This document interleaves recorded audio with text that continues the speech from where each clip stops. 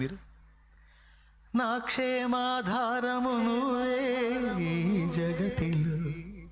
ఆక్షేపణ అంటే విమర్శించను, ఏ కొరతలు ఆక్షేపణ చెయ్యను నేను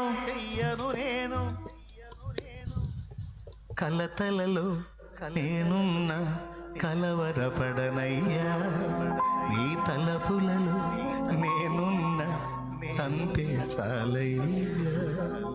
చాలయ్యా, నీ జ్ఞాపకాలు నేనుంటే చాలు.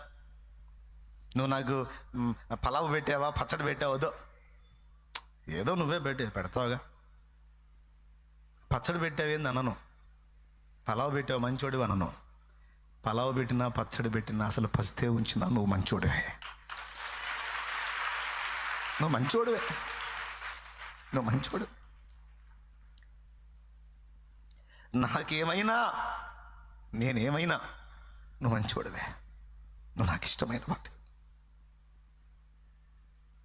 అలా హృదయపూర్వకంగా ఏమి ఆశించక దేవునినే ఆశించి నువ్వు దేవునితో నీ మనసును కలుపుకున్నట్టయితే